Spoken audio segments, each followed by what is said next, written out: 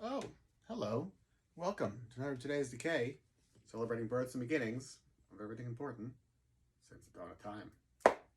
March 15th edition. Here are all the dates, if I really right. On this day in 1880. Yeah, 1880. Herbert M. Dolly was born. Why, this guy right here. I know, a name that is not on the tips of anybody's tongues. No, he's really, really interesting, actually. So you think you know film history and you think you know King Kong, but one could have a very animated debate about the history of stop motion animation. Um, yeah, because apparently this guy, Herbert M. Dolly, actually created all or a good deal of the original processes for stop motion animation that previously were thought to have been like the sole creation of Willis O'Brien, who then obviously made The Lost World, King Kong, Son of Kong, Mighty Joe Young, um, Black Scorpion. What else? He worked on so many projects, and his legacy has this uh, very long shadow cast over it because he took Ray Harryhausen under his wing, and then he then throughout the mid 20th century was very prolific in his work. So kind of like by extension, Willis O'Brien just keeps going. But this guy is like lost in the annals of time, where he was a early co-conspirator, the producer of Ghost of Slumber Mountain, right here. But along the Moonbeam Trail, I guess, was really like all him. I haven't, to be honest with you, read this whole book yet. I've just kind of skimmed. It's definitely very interesting.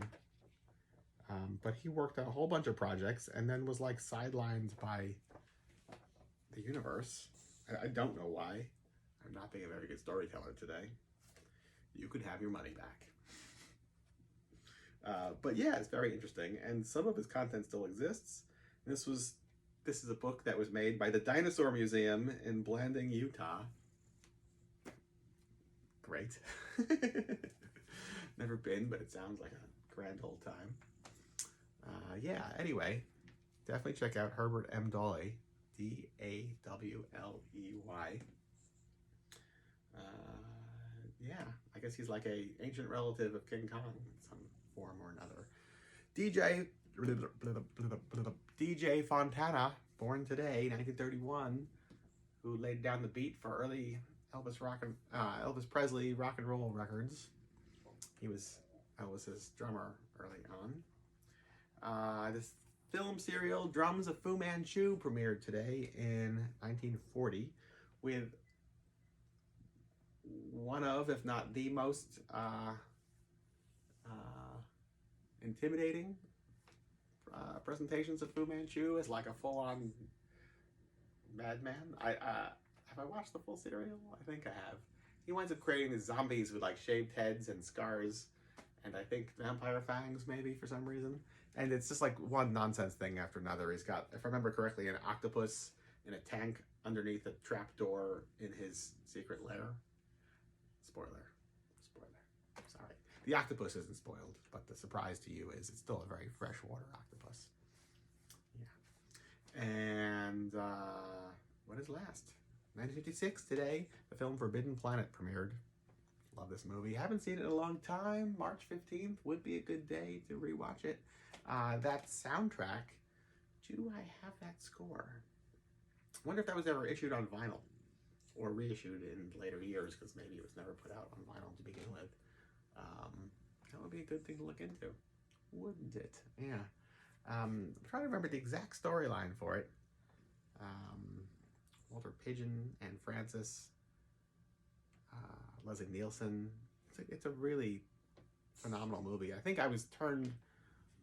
I shied away from it early on because of the like Lost in Space robot prop connection, and I just was like, this must be a campy movie. And at the time, I really just wanted like dark, scary, atmospheric stuff and not camp. It was just where my head was at the time. I'm now an equal opportunity adventurer in fantasy, be it serious or nonsense, which I think is probably more healthy, right? I live a balanced life, don't I? Anyway, yeah, the movie is really good, and the score certainly helps it along quite well. But even anyway, it's. I was going to get into this long story about calling Coast to Coast Radio and comparing the story for Forbidden Planet to was it Al Qaeda? I think. No, it was comparing it to Ancient Aliens. That's what it was. Yeah, Zachariah. I'd read all Zachariah Sitchin's Earth Chronicle books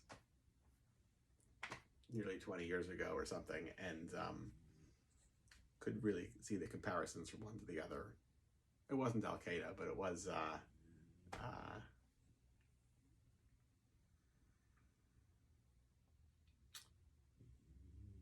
that humans are just as smart and or stupid as today as we were back then, and the idea of having some highly advanced civilization touch down on a planet with slightly or significantly more primitive people, and that we could see if it was us that it wouldn't be too far of a stretch that we would look to take advantage of people who are slightly or significantly less advanced than us, right? So I don't remember how I connected it now. I know it's on YouTube somewhere. The like me calling into Coast to Coast and talking to, I think it was George Norrie, maybe Ian Punnett. It was not Art Bell. I never got to talk to Art Bell. Bucket list thing that I never got to. Oh well. Anyway, I'm not doing a good job of explaining anything today, but that's okay. I'm a little sidetracked. There's a lot going on. But March 15th, maybe watch Forbidden Planet all day. Just over and over again on loop. Until the end of time. Or March 16th, whichever one comes first. Till tomorrow.